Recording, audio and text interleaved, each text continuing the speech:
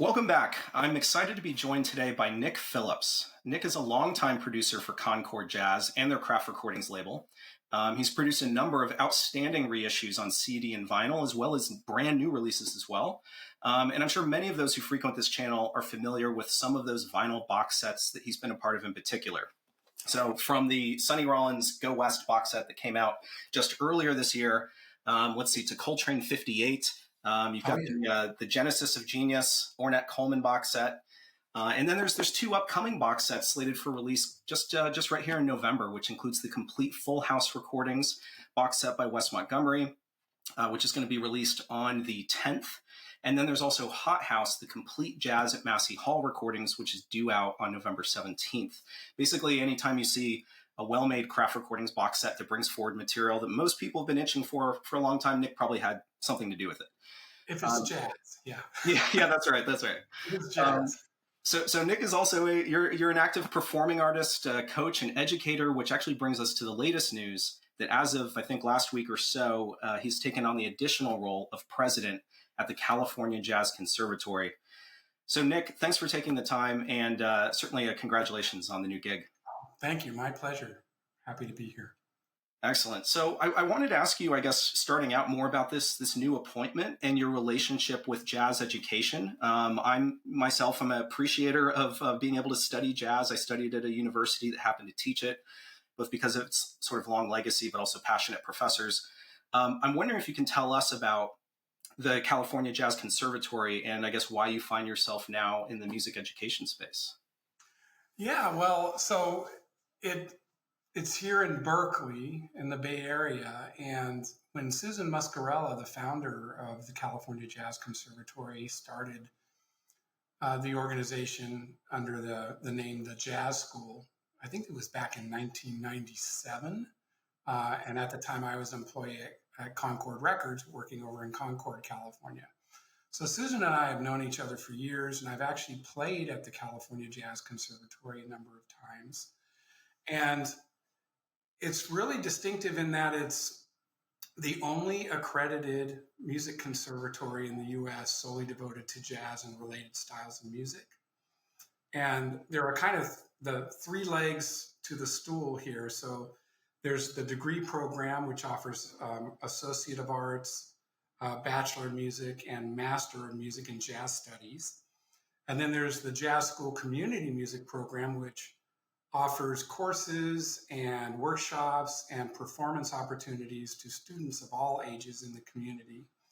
And then we also have our own performance concert venue space, Rendon Hall, and that presents local, regional, and nationally renowned jazz artists. So it's quite a jazz ecosystem and a jazz community unto itself, all under the California Jazz Conservatory umbrella. Now, let me ask you this: you went to music school as well, right? So you kind of have a history of being in the, a student as well, right? Yeah, I went to the University of the Pacific Conservatory of Music over in Stockton, California, and I've also taught a number of workshops and courses at University of the Pacific as well, and including a Jazz in the Recording Studio course and workshop for the members of the Brubeck Institute Jazz Quartet. I taught their running an independent record label class at University of the Pacific. So yeah, there are deep roots there as well. Yeah, excellent. Well, I guess how would you characterize the state of sort of students who are interested in pursuing this music? And I'm reminded of one of my sort of pastimes is pouring through old downbeat issues from like the 50s, 60s, and 70s. And something that occurs to me is that the editors back then were just really gung-ho about promoting jazz in schools, because at that time, jazz was not considered a legitimate art form, a legitimate sort of music worth studying. And obviously things have changed so much to where there feels to me like there's just this sort of fabulous, like up and coming group of really exciting musicians. So I would think that this is like, I don't know, what's the enrollment like, I guess, at this conservatory? Is it pretty strong? So enrollment at jazz studies programs all across the country is down a bit right now as a result of COVID, and trying to bounce back from that. That really took a hit on the enrollment. But on the other hand, there are jazz studies programs all across the country and students enrolling in those jazz studies programs. So, and the level of talent and ability and the performance level of a lot of the students these days is phenomenal.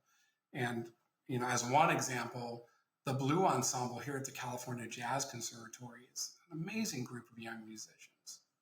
No, that's really good to hear, and it sounds like there's always been this legacy, right, of artists who are also educators, and if I'm thinking about sort of way back when, I know that Donald Byrd was very sort of involved, or even I'm thinking about sort of the progression of artists who have, I'll call it aged out, but really passed away over time. We're at the point now where when I went to school, it was our professors were Jay Hogarth and Anthony Braxton, and it was kind of that '70s slash '80s kind of school. But what it sounds like now, between yourself and gosh, many other musicians, it sounds like there's still a pretty healthy group of people who are really interested in promoting the music and willing, and teaching and spending their time in that way. Oh, yeah, absolutely. And we have a great faculty here at the California Jazz Conservatory. Our Dean of Instruction is Jeff Denson, who is a talent deserving wider recognition poll winner and downbeat. And he's played with Brian Blade and toured and recorded with Lee Konitz. And Gerald Cleaver chairs the drum program. And Mimi Fox, an amazing jazz guitarist, who's out touring. So the distinction here is that most of the faculty are really active recording and touring artists who also teach. Yeah, that's great. No better inspiration for the students, right? Exactly. Exactly. So maybe shifting gears. I'm wondering. So a lot of what I talk about on this little channel that I have is just about what I'm passionate about, which is obviously the music, but then it's also kind of the history behind the music. Um, and and I'm kind of curious about your relationship, I guess, with listening to music. Do you consider yourself a vinyl guy? Do you consider yourself a collector, a historian, or like obviously you play and you've been involved in all these things, but I'm talking about like in your free time. How do you process music on a day-to-day basis, I guess? Yeah, I'm omnivorous. So I do listen to vinyl. I also listen to, I'm a bit of an audiophile as well. So sound quality matters to me. And of course, I bring that to all the projects I work on, and that kind of critical listening in terms of the test pressings and the master refs. But I love high res, good quality high res digital, and I love good high quality vinyl. You know, it's like I like vanilla ice cream and I like chocolate ice cream. I also like strawberry. It just depends on the situation. That's right. Yeah, it feels more and more like there's no sense in being a purist, and if anything, a lot of folks in this space take a journey, right? Maybe they start with one format and they inevitably end up in either a different or more likely all of them, because they just want sort of the best possible experience that they can get, right? Right. Well, I mean, there's something to be said for the convenience of digital, but there's also something to be said for the tactile experience of a well put together vinyl LP collection. It feels like you have an appreciation for the early innovators, at least in a lot of the projects that you've been a part of. So Massey, and I'm even thinking about the Prestige Miles Davis collection. Um, if you're going to pitch a new release, how do you parse through, I guess, all that's out there and come to something that feels right and that feels ready, I guess, for a reissue? Yeah, that's a good question. It's a combination of things. First and foremost, the artistic and musical quality has to be there. That just has to be a given. Um, I'm looking at how these things would be marketed, why somebody should care, what's the story. Anytime you can have a story behind a box set or a project, you're more likely to get attention and more likely to get people to go ahead and kick down their hard-earned dollars to purchase it. And So it's a combination of things, and trying to figure out a creative way to put this vintage wine in a new bottle, if you will, to use the cliche.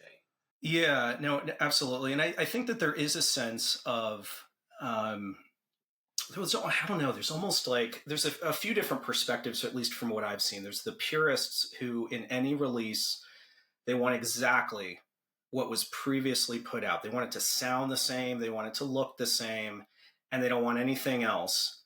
And then there's the folks who I think want anything that they can get, right? They want the alternate takes, they want the improvement in sound. They want almost the sort of sonic stamp even of a remastering engineer.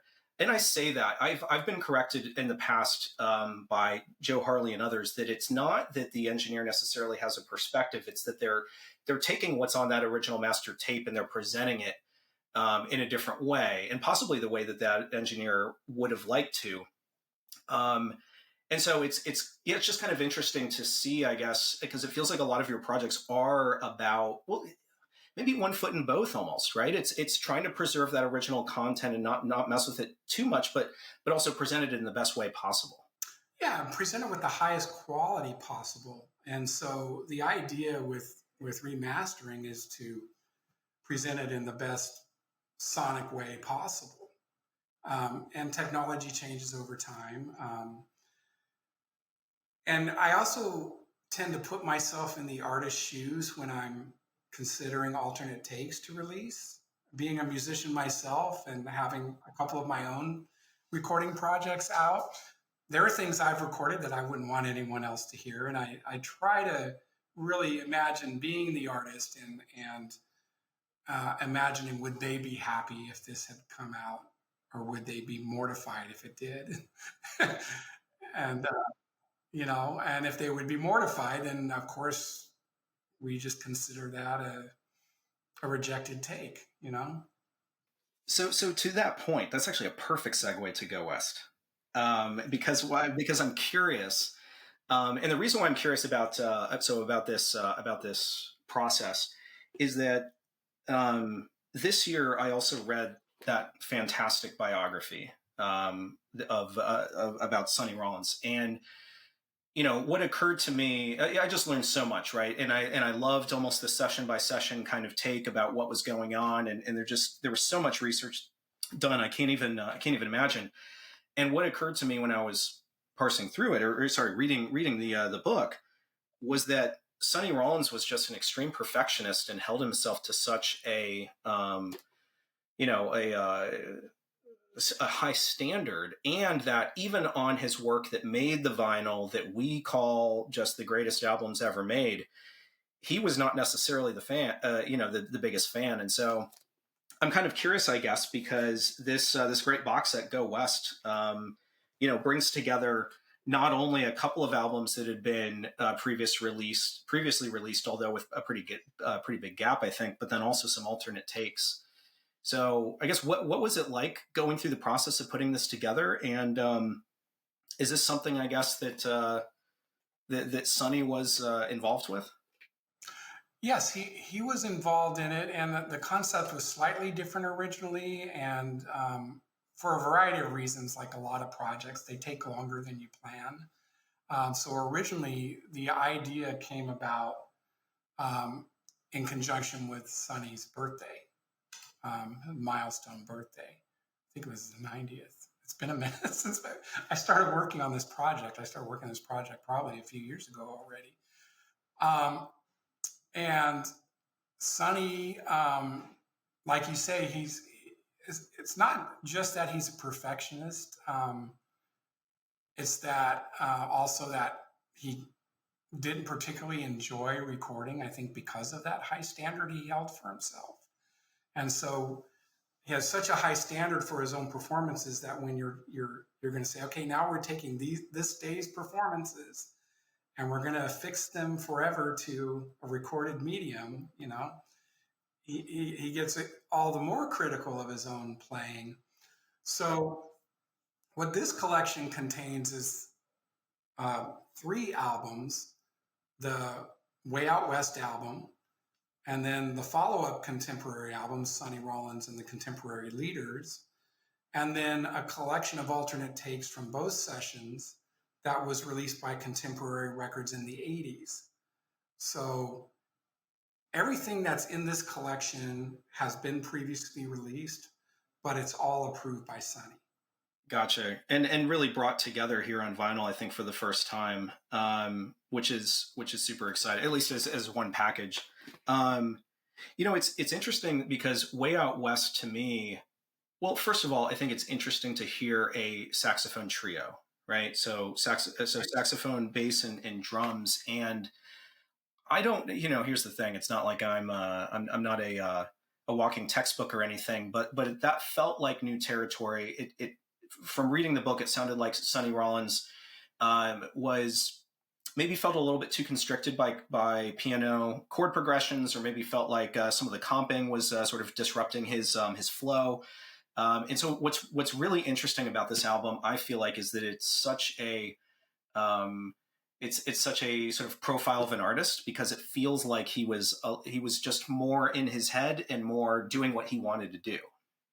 Yeah, and as he mentions in the liner notes, there's a wonderful interview of Sonny with Ashley Kahn, and in those notes in that interview, Sonny mentions the fact that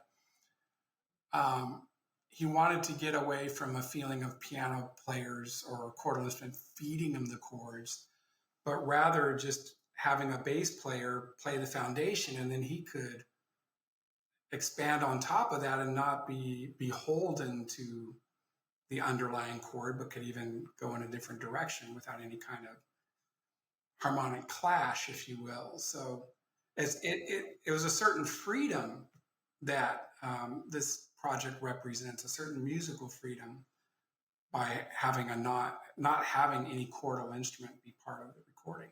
So perhaps that's maybe a fundamental difference perhaps between him, at least at that time, and this is an unfair comparison, but Coltrane later, who really wanted to be able to go anywhere.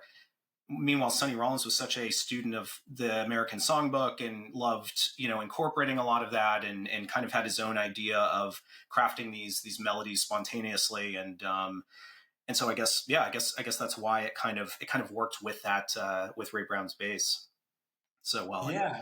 And another thing that's amazing about Way Out West, they recorded it in one all-night session after they had done other gigs during the day.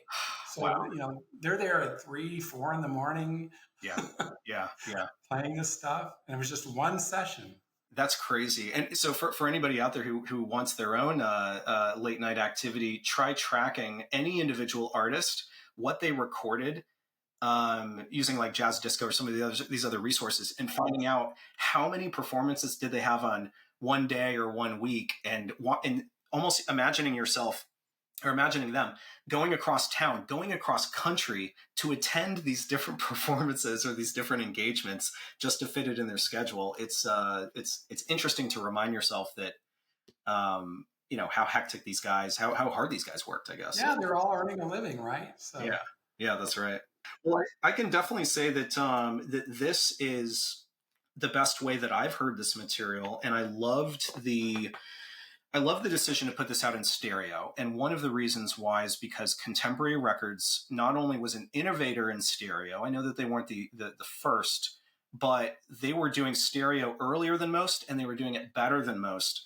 And so hearing some of this contemporary work in stereo, and especially this one as a trio, is just really, really interesting. And so I think Roy Dunan was the engineer in this thing. Is that right? It was Roy Dunan, yeah, phenomenal engineer. And I think Contemporary may have been the first jazz release on stereo. They may have had the first jazz release. I may be wrong about that. But like you said, they're definitely, if not the first, then very early on. And I absolutely love Roy Dunan's work as an engineer. It's just every instrument just sounds natural and organic and unhyped. And in particular with this project, since it's just the three of them in a small, intimate space, you feel like you're right there in the room with them. I always think that one of the best sort of indicators, I think, of well-designed recording is Here's the thing. Everybody's going to say it's their instrument, whatever they play. But I think that how they treat Shelly Mann's drums really across the entire catalog is absolutely phenomenal. Like Shelly Mann doesn't get as much respect, I think, as he deserves, maybe for a variety of reasons. But his talent is there. I mean, he was an amazing drummer, and he sounds fantastic on contemporary. Yeah, and I sometimes refer to Roy Dunan as the Rudy Van Gelder of the West Coast. They both have these such high standards. But one thing about Roy Dunan that I think is different than Rudy, Roy Dunan's piano sounds more like a natural piano than Rudy Van Gelder's piano sound. That's right. Absolutely. There's just something about it. And so I'm trying to think now, because if I'm thinking about, I guess, who the flagship pianists were, I mean, obviously it would be Hampton Hawes, Phineas Newborn to some extent. Who were some of? I'm trying to remember now. Actually, those are the ones that come to mind for me too. I'm not.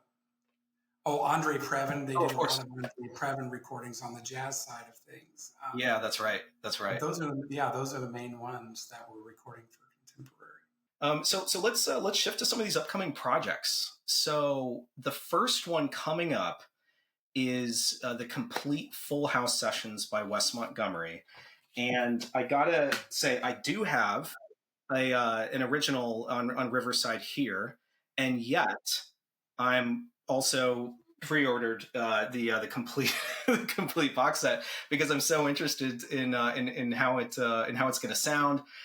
So this was recorded and put out in 1962, and Montgomery is joined by Johnny Griffin, Wynton Kelly, Paul Chambers, Jimmy Cobb. Again, a very sort of Miles Davis-esque kind of lineup. It was Miles Davis's rhythm section. So it sounds like so if this title is being expanded to 3 discs, it sounds like there was material that was recorded, presumably as part of the because this was a live session. So there's material that was recorded that wasn't released on this album back in 1962, and that recording was still there in the tapes and available for this release. Is that right? Yeah, and some of it's been a good chunk of it has been issued before because.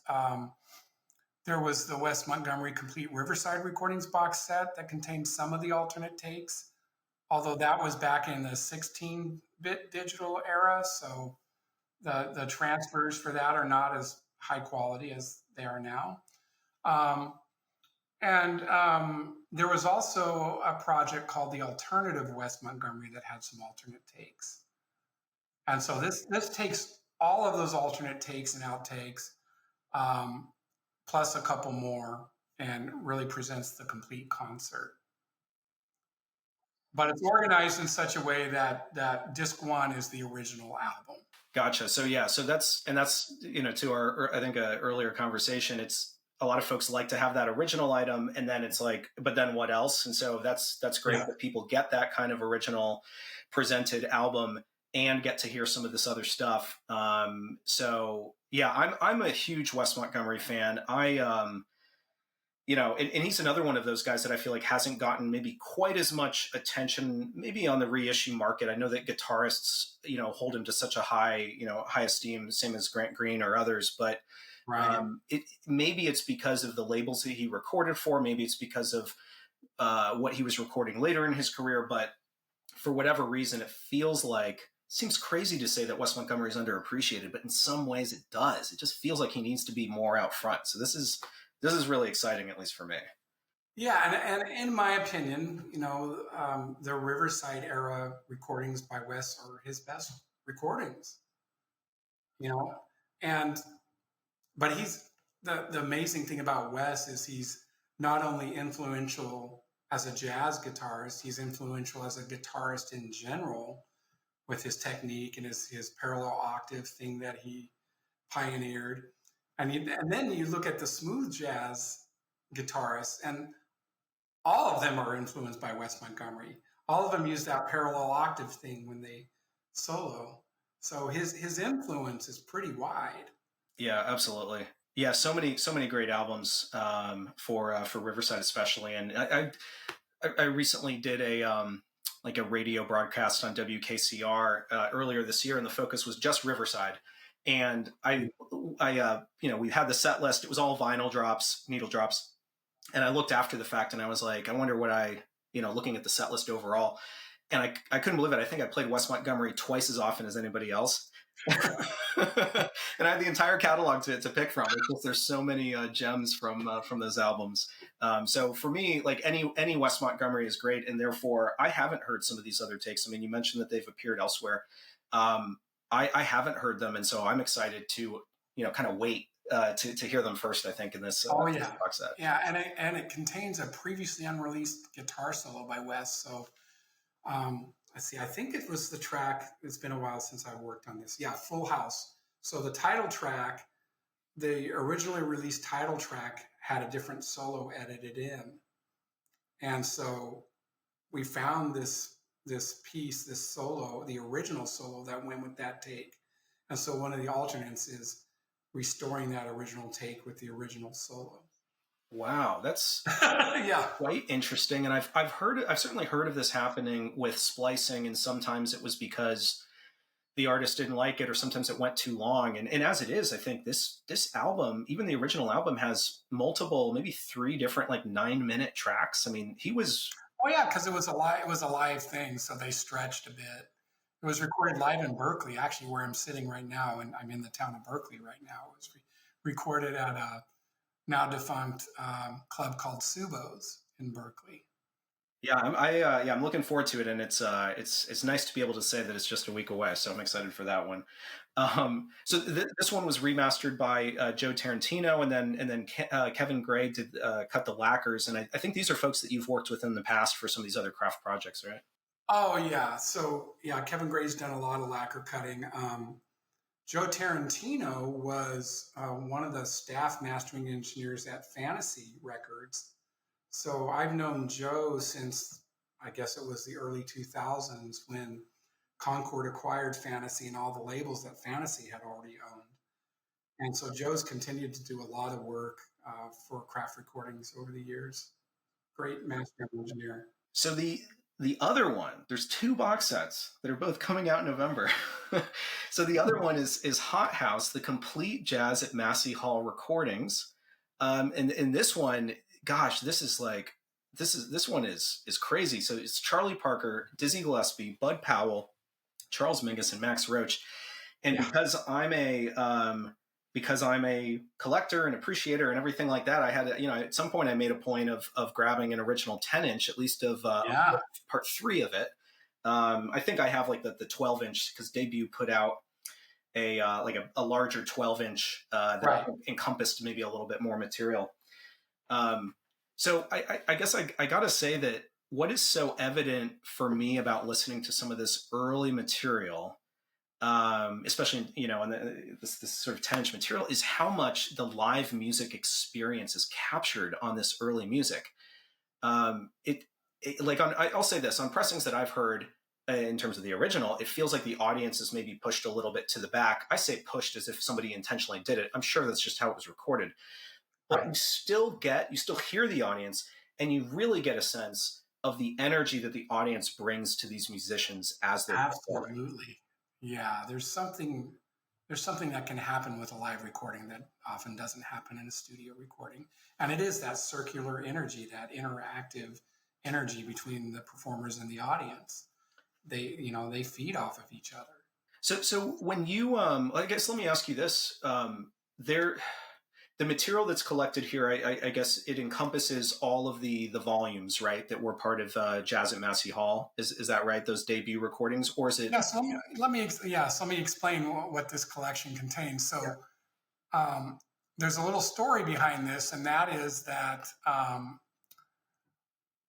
it was recorded, and when Mingus heard the recordings afterwards, he was upset that the level of his bass wasn't recorded loud enough. So he took the tapes with him and went into a studio and overdubbed new bass parts.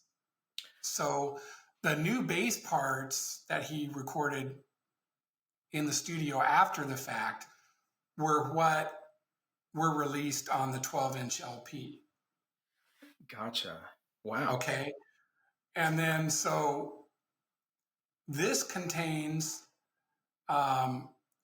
not only the complete recordings by the quintet, it contains both versions. those with Mingus's bass overdubs, those without any bass overdubs. And then additionally, it contains the complete trio performances by Bud Powell, Mingus, and Roach, as well as Max Roach's solo, unaccompanied drum solo. Okay, wow. Yeah, because I was going to say there was a separate Bud Powell release at some point that kind of made it seem like it was a separate and not necessarily associated album. But you're saying that that's been brought in here as well, and possibly it's part of it was just part of the same recordings. They had some. Yeah, it was released as a Bud Powell trio album. Yeah. I think it was just called Jazz at Massey Hall, maybe if I remember correctly. And there was one of the original 10 inches was the Bud Powell trio, was portions of that performance. Yeah, it's funny because so just earlier today, in fact, I was revisiting because I pulled out this 10-inch record and I was like, well, I better listen to it. And it had been a little bit, and Bud Powell, I thought in particular, sounds phenomenal on this album. And I saying that sounds strange because of who else is on this. I mean, everybody sounds great, but and like Dizzy's always going to be at the top of his game. He always sounds phenomenal. But Bud Powell seemingly plays different for me here than even on the stuff that he did for Blue Note that felt just more contained and not as energetic. And I just felt like it was such a surprise to me, even listening to, again, a 10-inch record that's probably put out in 1954 or whatever it was, at how much energy comes across in these early recordings. To your point, you listen to All the Things You Are, and Bud Powell is doing some amazing things. In every downbeat, he's doing a different chord and voicing. So he's like reharmonizing all throughout. Yeah. And just seamlessly and effortlessly. And of course, being a trumpet player myself, I'm blown away by Dizzy Gillespie's playing on this project. It's just ridiculous. Absolutely. So what do you think about, this is like it's just interesting to me because this stuff is earlier than a lot of music that people listen to, and yet it feels so modern. And I can't put a fine point on it. Yeah, and that's a difficult one to add, but I think a lot of it has to do with the energy that's in this recording. And because they hadn't played together in a while, this was 1953. And in fact, as far as a full recording goes, these five people had not all played together in one ensemble at the same time, even though they had played together in different ensembles. So it's a phenomenal recording, and there's all kinds of behind-the-scenes stories about what happened that night that are very interesting, that are in the liner notes as well. So I recommend reading those liner notes. There's an eyewitness account by a person that was actually at the concert. Oh, wow. And then the son of one of the Jazz Society members that presented the concert, one of those members was a man named Alan Scharf, who took some photos of the concert that are included in the box set. His son, David Scharf, wrote some liner notes recounting some stories that his father had about everything that happened behind the scenes before, during, and after the concert. Yeah, I can't wait to go through that. Again, I'm a sucker for all this history. So no, that's very exciting. So let me quickly ask you, I guess. So I can't even imagine what the source material that might have been available for this was, especially given this idea that Mingus took the tapes and sort of dubbed in some bass at some point. Is this from a tape copy, or like what's the source material for this release? Yeah, for this release, it's a high-res digital transfer of a tape copy. Okay. And high-res digital transfer of the analog tape. But when the master source for the Max Roach drum solo is an analog tape, but it sounds like it had to have been a transfer from a vinyl LP. Oh, okay. Okay. That particular one performance. Okay, gotcha. Yeah, like a needle dropper. But these particular tapes are incredibly fragile, and there's a lot of it, on the original tapes, there are lots of issues of dropouts. So that's why the decision was made to use a high-res digital transfer and then be able to have, our mastering engineer, Paul Blakemore, work on cleaning up some of the dropouts and things like that for a more cohesive listening experience. Gotcha. Yeah, I saw Paul Blakemore was involved with the sort of the restoration effort, and then lacquer's cut again for this one by Kevin Gray. Yeah, that's right. Yeah. Well, the one thing that that I think that us collectors and music appreciators have seen is that when craft puts a product out, it's the best that can be. So that's always exciting, especially in a day and age when there's so many not to name names, but more and more folks entering more labels entering the space, and sometimes you don't have that consistency. So absolutely, it's a high quality operation, and it's a pleasure to work on these projects for Craft Recordings. So Nick, I know that everybody's going to wonder. Obviously we have a couple of great releases coming out in November, but what's next? Like, what can we look forward to? I guess that you're a part of coming up in the jazz space. Oh, well, I'm working on a number of projects for Craft Recordings. I can't say too much about them because I don't want to get ahead of the marketing department and the press releases, but I am working on projects featuring Miles Davis and Charlie Parker and Bill Evans and a number of others. So stay tuned for those. All right, couple of folks that people might be familiar with. So that's you may have heard those names. No, that's very exciting. Yeah, no, this has been great. Really appreciate you taking the time. Very interesting, and I'm really excited for some of these upcoming releases. And I'm sure that many other folks are going to be as well. And also good luck again with your new gig at California Jazz Conservatory. And it's selfishly, it's nice to hear that you're not stepping away from from getting involved in some of these craft recordings. Oh yeah, I love the work I do for Craft Recordings, so it's a pleasure to continue doing that. Excellent. And thank you. I've really enjoyed this conversation. It's been a lot of fun. Yeah. Thank you very much. And I'll just close, I guess, with reminding everyone that about these two releases. So the complete Full House Recordings by Wes Montgomery is coming out on November 10th, which as of today is like just over a week away. It's available for $76, at least directly through Craft Recordings website. And then you've got Hot House, the complete jazz at Massey Hall Recordings, out on November 17th, also available at craftrecordings.com, I believe at $100 even. Thank you again, Nick. Thanks everyone for tuning in, and I'll see you next time. Thank you, Chris. My pleasure.